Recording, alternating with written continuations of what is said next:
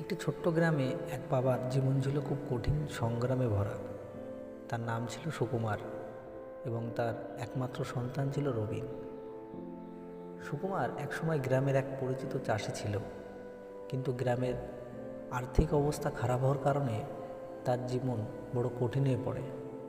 নিজের খামারের কাজ, অন্যদের জমিতে চাষ করা, এসবের মধ্য দিয়ে তার জীবন চলে যেত।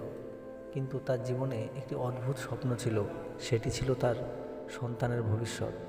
সে জানতো যদি রবিন শিক্ষা লাভ করতে পারে তাহলে তার জীবনের অবস্থা পরিবর্তন হবে। সুকুমার জানতো তার পক্ষে রবিনকে ভালোভাবে পড়াশুনো শেখানো সহজ নয়। তাদের বাড়িতে টাকার অভাব ছিল, খাবারের জন্য চিন্তা করতে হতো। তবে সুকুমার কখনোই তার সন্তানকে কোনো কিছু কমতি অনুভব করতে দেয়নি।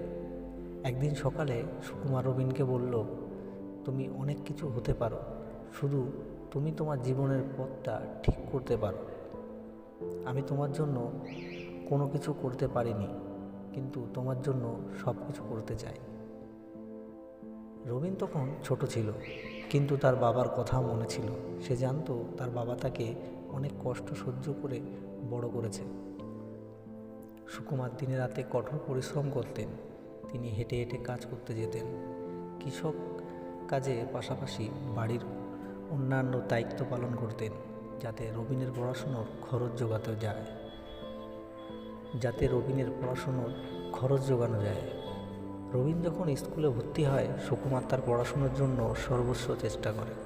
তিনি বুঝতে পেরেছিলেন যে তার সন্তানের জন্য একটি ভালো শিক্ষা, একটি ভালো ভবিষ্যৎ তৈরি করতে হবে। তবে এই পথ ছিল খুব কঠিন। রবিন অনেকবার স্কুলে খাবারের অভাবে যেতে পারতো না, আবার অনেক সময় বই কিনতে সুকুমারের টাকা প্রায় শেষ হয়ে যেত। তবুও রবিন পড়াশুনো চালিয়ে যেত। সময়ের সাথে সাথে সে কষ্ট সহ্য করেও আরও মেধাবী হয়ে ওঠে। রবিন যখন স্কুল শেষ করে কলেজে ভর্তি হয়, সুকুমার তার সন্তানকে সবসময় উৎসাহিত করত। তিনি চাষাবাদ ও পরিশ্রমের পাশাপাশি রবিনের পড়াশুনো নিয়ে চিন্তা করতেন। সুকুমার কখনোই নিজের কষ্টের কথা রবিনকে বলতেন না, বরং তার পাশে দাঁড়িয়ে বলতেন, তুমি যত বড় হবে তোমার জীবন ততই ভালো হবে। কিন্তু রবিন যখন কলেজে পৌঁছায় তখন তার জীবন কিছুটা পরিবর্তন হতে শুরু করে। সে এখন নতুন পরিবেশে জীবন শুরু করেছিল। কলেজের বন্ধুদের সঙ্গে মিশতে শুরু করলো, বিভিন্ন ধরনের ভোগ বিলাসিতার মাঝে ছিল। তাকে দেখে মনে হতে লাগলো যে সে তার বাবার সংগ্রাম এবং কষ্ট বুঝতে পারছে না। একদিন রবিন তার বন্ধুদের সঙ্গে বাইরে ঘুরতে যায় এবং বাবার কাছ থেকে কিছু দূরে সরে যায়। সুকুমার তার সন্তানকে বোঝানোর চেষ্টা করতেন, কিন্তু রবিন তার বাবার কষ্টের মূল্য তখনও বুঝতে পারেনি। রবিনের জীবন ধীরে ধীরে পাল্টাতে থাকে। সে তার বাবা মায়ের সংগ্রামকে গুরুত্ব দিতে শুরু করেছিল, কিন্তু তখন সে বুঝতে পারে যে তার জীবন থেকে অনেক কিছুই অবহেলিত হয়ে গেছে। একদিন রবিন বাড়ি ফিরে এসে তার বাবার চেহারায় এক ধরনের ক্লান্তি ও দুঃখ দেখতে পায়, যা তাকে একেবারে চমকে দেয়। সুকুমার খুব অসুস্থ ছিল, কিন্তু তিনি কখনোই তার কষ্টের কথা ছেলেকে বলতেন না।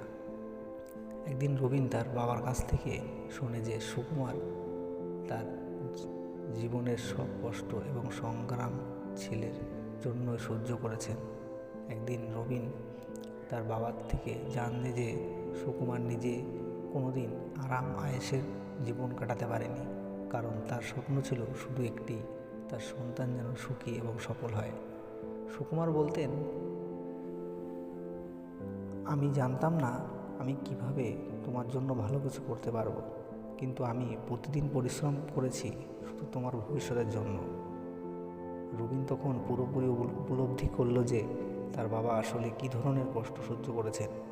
সে তার বাবা সুকুমারের কাছে গিয়ে হাত জোর করে বলল, বাবা, আমি তোমার কষ্টের মূল্য বুঝতে পেরেছি, তোমার জন্য আমি আজীবন কৃতজ্ঞ।